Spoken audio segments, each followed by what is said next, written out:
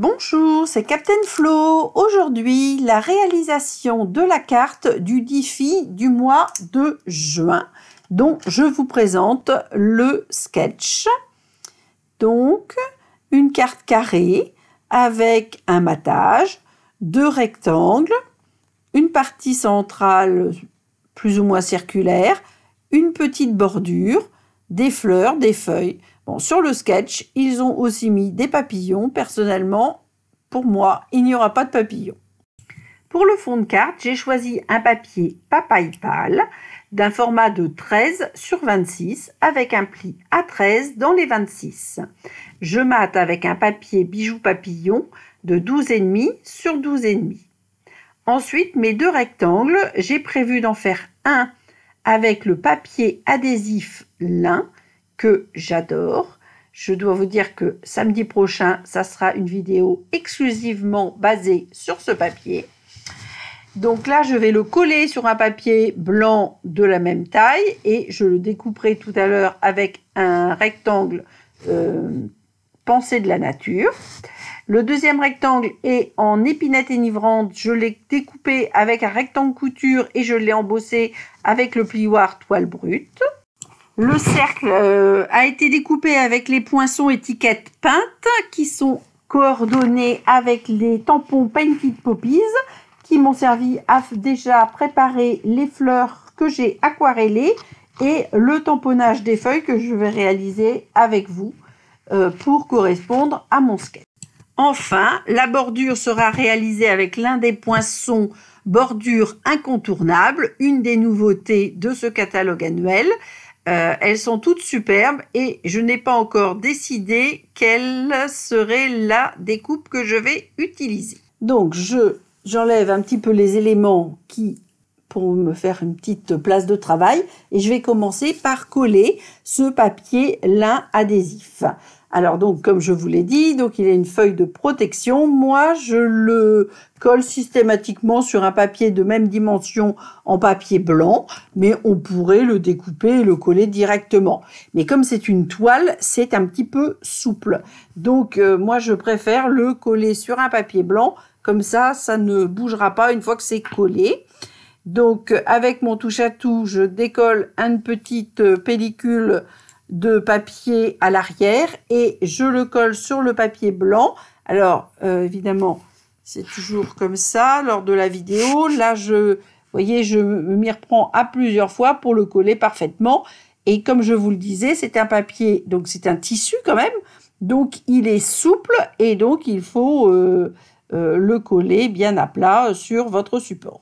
Pour tout dire, je pense que je n'ai pas prévu assez de place pour travailler avec tous les outils que j'ai mis à l'écran. Et si j'avais un tout petit peu plus de place, ça aurait été plus pratique. Je vais prévoir ça pour la semaine prochaine. De toute façon, comme vous le voyez, vous pouvez revenir dessus. Et avec le plioir en os, vous pouvez aplatir et chasser les petites bulles d'air qui pourraient y avoir. Donc, ce rectangle sera découpé donc avec le poinçon rectangle surpiqué qui s'appelle Pensée de la nature. Et je vais préparer déjà tous les collages, tous les tamponnages et ensuite j'irai effectuer l'ensemble de mes découpes. Les encres qui ont servi à l'aquarellage des coquelicots sont papaye pâle et corail calypso, puisque j'ai choisi de mater ma carte avec l'un des papiers bijou papillon qui fait donc 12,5 sur 12,5 et pour lequel nous retrouvons ces tons. Je trouvais que c'était un joli dégradé. J'ai d'ailleurs utilisé un autre papier de cette collection bijou papillon pour faire mon cercle avec les anneaux. Donc, après ce collage, donc les découpes, le cercle avec les anneaux est prêt. Il faut que je tamponne les feuilles sur un papier soyeuse succulente avec l'encre épinette enivrante. Les coquelicots sont tamponnés et peints, mais je dois aussi les découper. Et je vais aussi, bien évidemment, découper ma bordure en corail coquelicot qui viendra de manière horizontale comme sur le sketch. Alors, je n'ai pas encore donné les références des différents produits, donc nous y arrivons. Alors, le papier lin est présenté à la page 136 du catalogue annuel. C'est la référence 155 681 au prix de 7,25 €, les 2 feuilles de 30,5 sur 30,5, donc de lin adhésif. Si vous ne les avez pas encore, les tampons Painted Poppy sont à la page 24. Il s'agit de la référence 151 599 au prix de 28 €. Ils sont donc coordonnés au poinçon étiquette peinte que vous trouverez à la page 164. C'est la référence 151 605 au prix de 42 €. Les poinçons Pensée de la nature sont aussi page 164, c'est la référence 153 586 au prix de 35 €. Et enfin, les bornures incontournables, c'est la référence 155 558 au prix de 35 € et ils sont présentés à la page 162. Voilà, cette fois, vous avez toutes les références des produits particuliers que nous avons utilisés aujourd'hui. Les papiers bijoux papillons ne sont plus disponibles. C'était une série limitée. Donc, je prépare l'ensemble de mes papiers et poinçons. Je vais effectuer mes découpes et je reviens tout de suite. Voilà, donc, comme prévu, j'ai fait l'ensemble des découpes. Donc, je vous montre d'abord ce papier lin avec cette découpe Pensée de la nature qui découpe donc le rectangle et qui rajoute une petite surpiqûre extrêmement jolie. L'ensemble des découpes, coquelicots, les feuilles et les fleurs, bon ça c'est déjà connu. Et la bordure donc, que j'ai choisie et qui découpe d'un côté avec une surpiqûre en petits tirés et l'autre avec des petits points. Et là aussi, c'est vraiment superbe. Donc, je finis de ranger l'ensemble des poinçons pour pouvoir passer au montage de la carte. Personnellement, je glisse dans les pochettes Stampin' Up un morceau de feuille magnétique qui me permet de positionner l'ensemble de mes poinçons sans qu'ils soient en bazar, on va dire, dans la pochette. Donc, ça me permet de mieux voir tous les motifs que je peux faire avec un ensemble de poinçons. Je vous montre plus en détail l'ensemble des poinçons bordure incontournables qui m'ont tapé dans l'œil dès la sortie du catalogue et qui vont me permettre de faire de très très nombreuses créations. Et le fait d'avoir des motifs différents sur les deux côtés de la découpe est pour moi un plus. Bon, pour l'instant, je garde mes deux bordures parce que je n'ai pas encore décidé laquelle des deux je vais mettre sur la carte. Je vais voir ça tout à l'heure. Je vais passer au montage de la carte. Donc, je reprends les différents éléments. Je reprends bien évidemment mon sketch comme d'habitude pour être au plus près de la réalisation du sketch. Donc là, je colle le rectangle en toile de lin adhésive sur le côté droit de la carte carré, comme sur le sketch. Je vais ensuite ajouter le rectangle surpiqué en épinette enivrante que j'ai embossé avec le plioir toile brute dont j'ai oublié de vous donner la référence. Il s'agit du plioir 3D toile brute 152 718 au prix de 11 € et il est présenté à la page 155. Donc je le colle sur la partie gauche de la carte mais en superposant les deux rectangles, enfin l'épinette enivrante sur le rectangle en lin. Donc ensuite pour le sketch, il faut mettre la bordure avant de mettre le cercle que j'ai modifié en prenant ce cercle entouré. Donc je vais choisir bien évidemment une des bordures.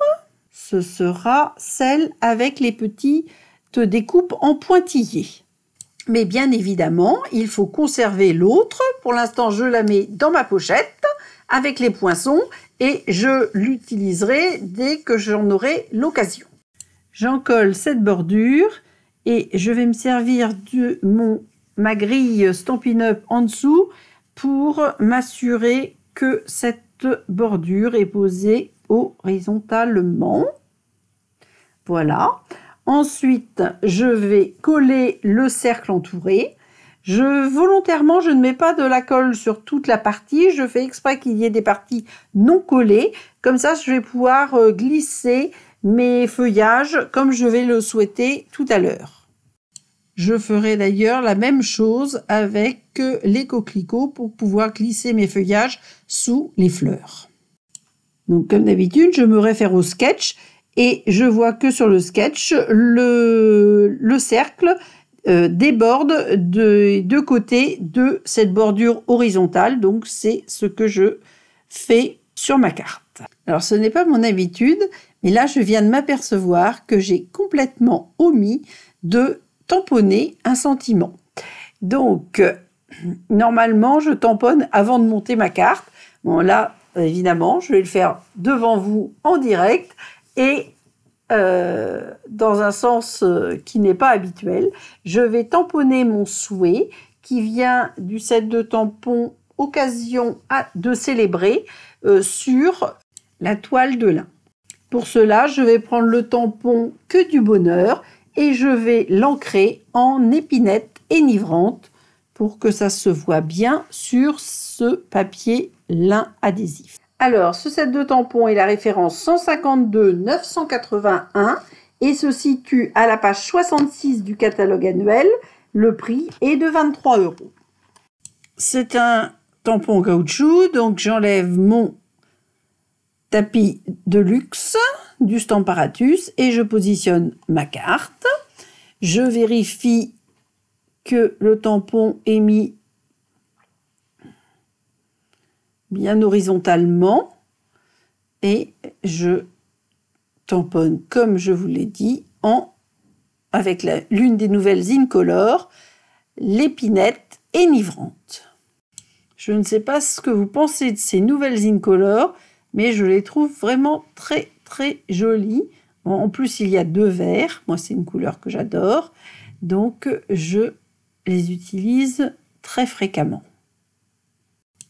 Alors, ce qui est dommage dans l'oubli du tamponnage du souhait antérieur, c'est que je risque de venir me superposer avec mon cercle entouré.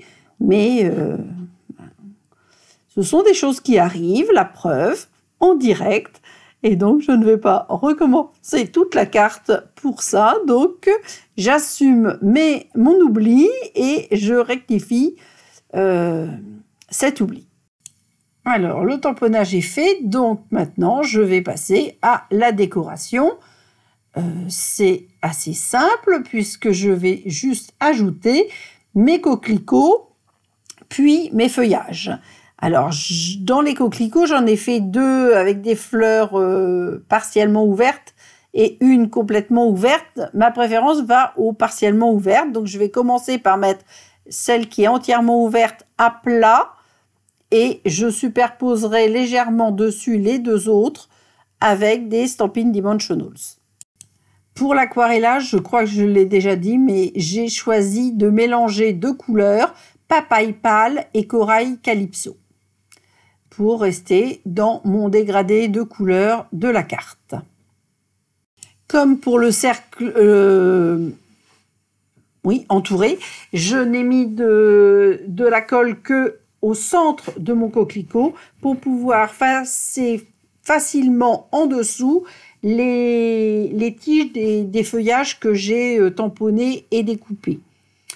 Donc les feuillages, eux, ils ont été tamponnés en épinette enivrante encore, mais là, dans un papier soyeuse succulente. Alors, une fois le grand coquelicot et ses 2 feuilles collées, je vais donc mettre mes 2 autres coquelicots avec des Stampin' Dimensionals. Je vais mélanger les Stampin' Dimensionals et les mini Stampin' Dimensionals. Et ensuite, je collerai mes 3 autres feuilles En même temps que je monte la carte, je me réfère toujours à mon sketch. Et comme je vous l'ai dit tout à l'heure, sur le sketch, il y a des papillons qui, chez moi, n'apparaîtront pas parce que je pense que la carte se suffit en elle-même et il n'est pas nécessaire de la charger plus. Comme toujours, je présente le tampon découpé avant de le coller pour être sûr du sens que je vais lui donner. C'est le cas pour ce coquelicot et bien sûr pour le prochain. Et comme d'habitude, je me bats pour enlever les petites pellicules des Stampin' Dimensional parce que j'ai toujours les ongles bien courts et du coup je peste après la petite pellicule alors que ça serait si simple de prendre le touche-à-tout. Bon, je vais quand même finir par y arriver et pouvoir coller ainsi mon dernier coquelicot en l'inclinant un petit peu différemment des deux autres. Voilà. Donc, comme il me reste encore 3 feuillages, je pense que je peux les mettre tous. Donc, il y en a un que je vais glisser sous le grand coquelicot sur la droite. Et enfin, je vais mettre des Stampin' Dimensional sous les deux autres pour les coller sous les deux plus petits coquelicots, pas complètement ouverts. Alors, personnellement, je conseille d'avoir les deux tailles de Stampin' Dimensional. Comme ça permet de choisir la taille idéale pour l'objet que vous voulez mettre en mousse 3D. Et il faut quand même savoir qu'ils sont de très très bonne qualité, de bien meilleure qualité, aussi bien au niveau collage qu'au niveau résistance, que de nombreuses mousses 3D qu'on peut trouver ailleurs dans le commerce. Et donc moi par contre, pour que ça soit plus facile, dans la même pochette, je glisse des Stampin' Dimensional des 2 dimensions. Comme ça, je les ai sous la main d'un côté et de l'autre et c'est plus pratique à attraper. Alors voilà, la carte est maintenant terminée. Je pense qu'elle correspond bien au sketch. J'espère que cette vidéo va vous avoir plu et que vous allez pouvoir réaliser de votre côté ce défi du mois de juin. Je compte sur vous pour m'envoyer la photo avant le 28 juin afin de la poster ensuite et sur Facebook et sur mon blog. Comme d'habitude, un petit récapitulatif en photo du matériel et de la carte zoomée avec le papier lin. Rendez-vous samedi prochain. D'ici là, très bonne semaine. Prenez soin de vous. Portez-vous bien et gros bisous.